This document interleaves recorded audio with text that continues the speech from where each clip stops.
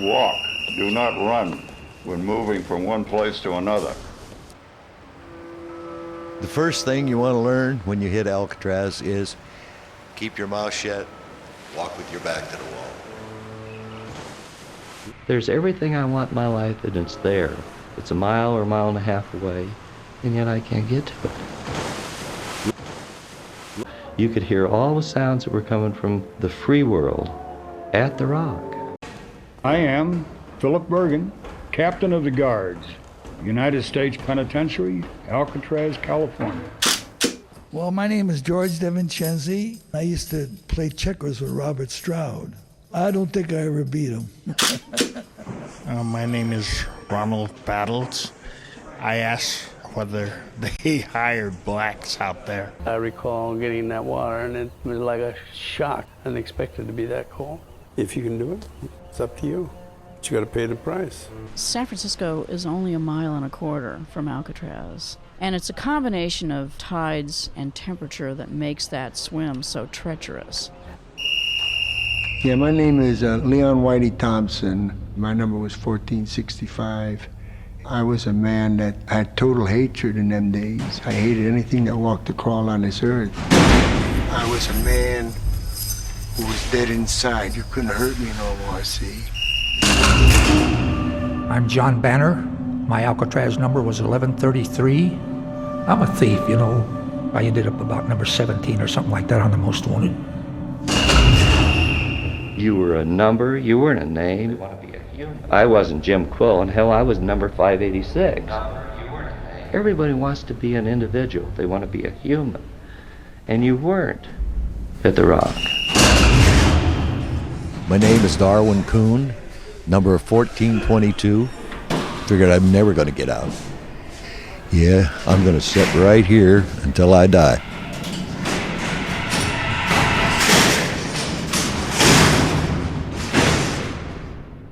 This is the rules of the cell house. Your cell is subject to search at any time. Your towel had to be folded up and put on your shelf.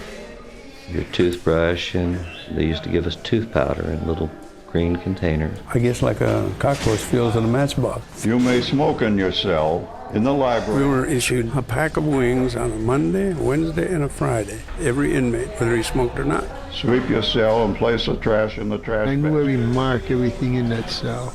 And pretty soon that cell became like a part of me, or I became a part of the cell. We went right down Broadway, you know, in our birthday suits.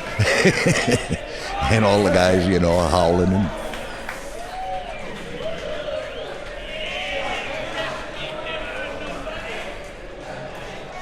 Alcatraz was always classed as the end of the line, the point of no return. It was like going into the ground, you know, when you're buried, you're gone forever. They came out with a system called Auto Bridge. You played it all by yourself. Guys got so wound up in this bridge thing that they ate and slept it. They'd go out there when it would be so cold that you didn't think you could stay out there, yet they'd stay out there for 3 hours and play bridge. And if you're occupied with bridge and you're studying bridge, you're not thinking about going over the wall. This place is going to operate on the basis that you do what you're told, and you're going to get a fair break. If you don't behave yourself, we're going to come down on you like a ton of bricks. And almost immediately upon his arrival at Alcatraz, he was relegated to the treatment unit. And he didn't bring his birds along with him, which made him very unhappy, but he brought all his bad habits with him, which made us unhappy. And there he remained for several years, being obnoxious and noisy and agitating and busily writing. Fluent in 3 languages, a mathematical expert, brilliant man. He was a psychopath. Suicidal, homicidal maniac. Alvin Karpus, you gotta watch out for him. Former public enemy #1. Creepy Karpus. When you seen Creepy, you wouldn't have to be told he was creepy because he walked on his toes. You had Kelly. Machine Gun Kelly. Nice fella, never give you any troubles at all. Very accommodating, polite. Mickey Cohen, Frankie Garbo. And Capone. Ain't a fool with Capone, see? He was a street fighter. He's a big man. He was in good shape. The only thing, his brain was gone. He had syphilis. Well, eventually it drove him crazy.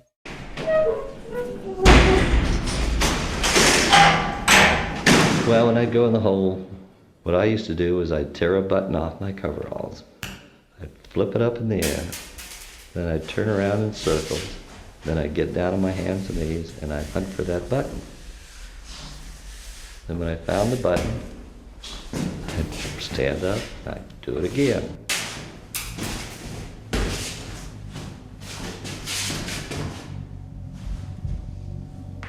But if you would close your eyes like right now, close your eyes and seal your eyes up with your hand.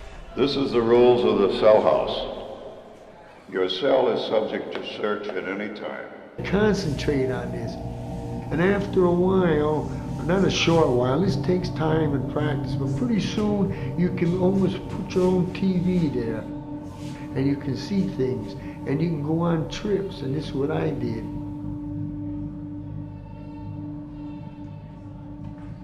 Prison. It was cold, it was damp. The wind used to just blow through there. You could hear it. At night you could hear it whistling through the windows. You put your request on a library card. If the book was available, they'd bring it, put it in the bars for you. And if it had some story by some convict out of Nebraska or something, that was cut out. Never mind that you might have been reading a serial and it was on the back of one of them pages. Took a course from the University of Pennsylvania on animal husbandry. The gestation period for a pig is 3 months, 3 weeks, and 3 days. Alcatraz was built to keep every inmate directly under a gun. Well, you had a man on the catwalk, gun gallery, and he carried a rifle and a pistol. Anyway, this gun gallery was more or less overseeing the whole prison. He climbed the face of the West Gun Gallery with his homemade bar spreader hanging around his neck. Well, that's where he spread the bars apart, wide enough so that he could squeeze into the gallery.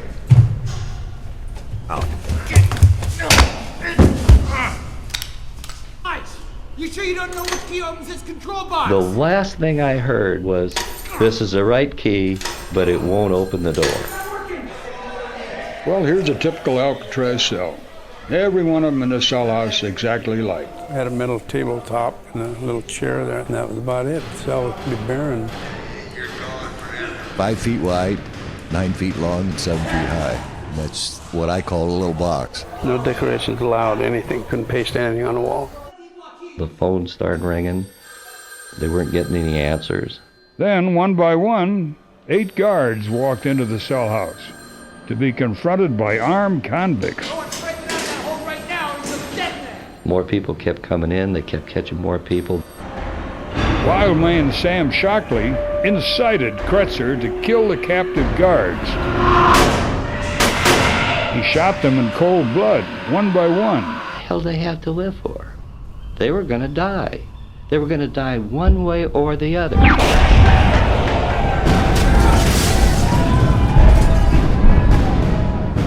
Warden Johnson called in the United States Marines. For 2 days, the Marines and correctional officers bombarded the cell house from island slopes and rooftops. Then the next morning, things had quieted down, and we decided that the escapees were dead. We found them there in the utility quarter. They were firing their guns as they died. Most accepted that this cell block, however grim, was home for now. It was like coming back and greeting an old friend, really. I used to do a lot of oil paintings on Alcatraz. If I was painting a scene of the Swiss Alps or something like that, hey, I'm right up there skiing as I'm painting, and I used to escape that way. My grandmother taught me how to crochet when I was a kid. So I taught a lot of guys how to crochet. Big tough guys sitting in there with a needle and crocheting. We had 2 stations we could plug into. They let us listen to such programs as Boston Blackie, Pelican, Have Gunboat Travel, baseball games, and basketball games. At nighttime, between 6:30 and 7:30, they have what they call a music hour. They play harmonicas or a guitar or whatnot. They had one guy over there, and he used to play one of these slide trombones. And I think he only knew 3 notes, da da da, da da da. For an hour, that's all I hear, ta ta ta, ta ta ta. New Year's Eve, everybody had a saxophone or a clarinet or a guitar or whatever started playing. Then they'd take their tin cups and they'd rack them back and forth across the front of the Mars. Yacht Club, which was directly across from the island, would always have a big New Year's party. If the wind was blowing from that direction to the rock, you could actually hear people laughing, you could hear music, you could hear girls laughing, you know, you could hear all the sounds that were coming from the free world at the rock. But New Year's was always the night we heard it. And when they'd written me that letter and said, you know, you're dead, don't ever come back, we've told your sister you're dead, the whole bit. You know, I'd been there at the rock 7.5 years. The guard came up and racked my door open and said, Quillen? And I said, yeah. Or said 586, and I said, yeah. You got a visitor. And I told him, I said, you're full of crap. He said, you got a damn visitor, go down to the visiting office. I thought, hell, I'll see some good-looking chick at least, if nothing else, you know. And I walked up there, and here's this good-looking girl. I was nervous, didn't know what to expect. I knew who she was when I got a real good look at her, and when she said Jimmy, which was what she always called me, hell, I knew it was my sis. Once I saw Jimmy, it was, you know, he didn't look different, and he was overwhelmed, and we just, but he couldn't believe it, that we were there, and that I had grown up, and that I'd come to see him. Uniform was prison gray with a hat. I wore a hat all the time. Regular double-breasted uniform. And they used to call you red ties because everybody in the place had this red tie on. Even supplied your shoes and your socks. Didn't look like a policeman, you didn't look like a social worker. The only thing that you had when you went in the cell house was a whistle.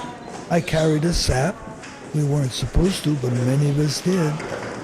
My mother was putting me to bed one night, and I could hear the prisoners, they were yelling and just raising a ruckus, and I said, what is that noise? And she said, oh, just the prisoners letting off steam.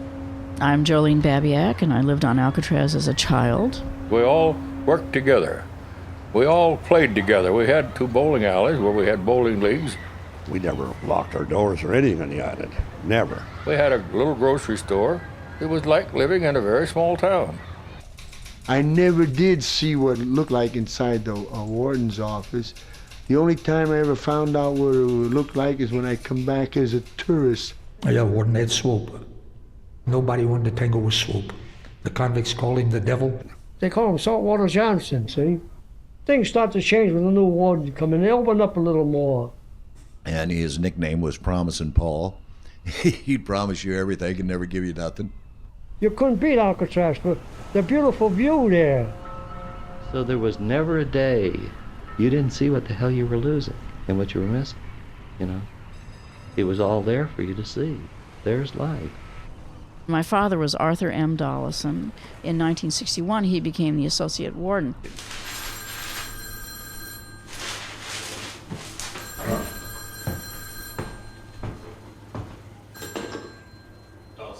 My father was already up at 7 o'clock in the morning, having his breakfast, and the phone rang. And he told me later that he reached to that phone with dread because he knew that wasn't going to be good news. Awesome.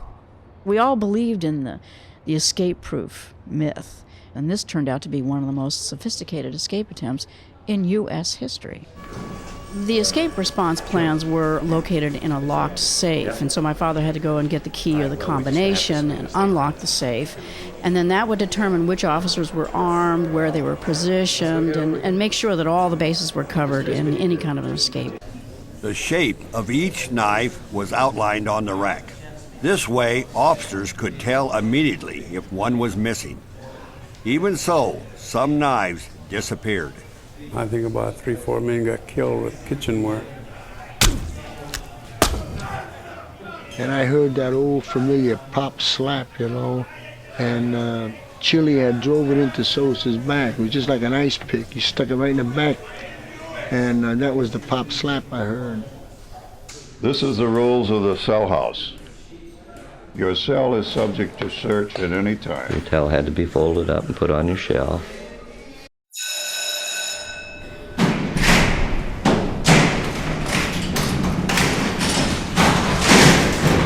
And at the sound of the bell, the inmates are supposed to be dressed and up, standing in front of their doors for count. Bill, there's a guy up here, I can't get up. Well, it's the sergeant says, I'll get him up. Yeah, I wanted to escape. That was in my mind constantly. You cannot take away from a man the thought that he wants his freedom. Hey. And he was laying in there, so I reached in through the bars and I hit the pillow. And Lord knows what happened. The head fell off on the floor. The guy said that I shot back about 6. There's his face, there's his head, hair on his head and everything. One of the other officers there said, here's another one, Bill, right here. There's one up here, Bill. And I said, don't touch him, don't touch it. A horror movie. And I was right in the middle of it. Morris was the brains. The England brothers, they were just swamp rats out of Florida. I'll give you a ton of spoons, and I want to see how long it'll take you to go through one of them walls there. Them walls may be old, but let me tell you, you're not going through them cells with them spoons. They didn't make those holes with spoon handles. They had the necessary tools, hammers and chisels and drills. At approximately 10:30 that night, there was a sound like a hubcap when you're dropping it, goes, but very loud. My theory is that they drowned. They went to South America, because I know they were all studying Spanish.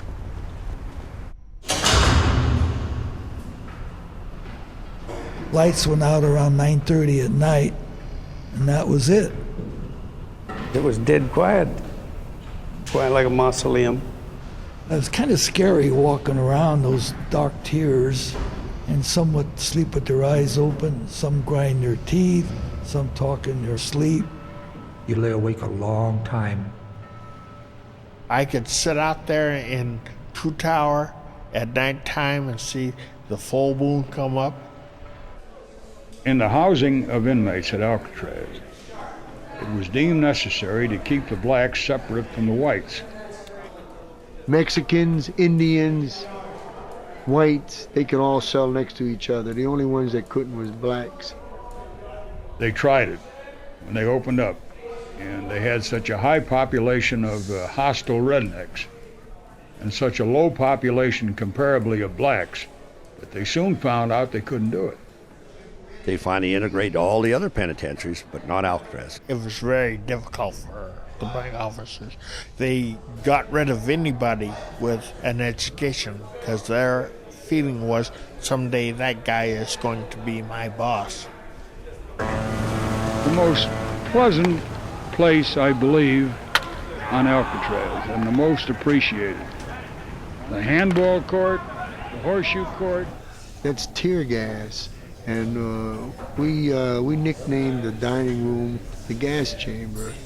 It so happened during the history of Alcatraz they never did trip the button. If they did trip it, they would have made a fatal mistake because them 2 guards in there and the lieutenant would never have gotten out of there alive.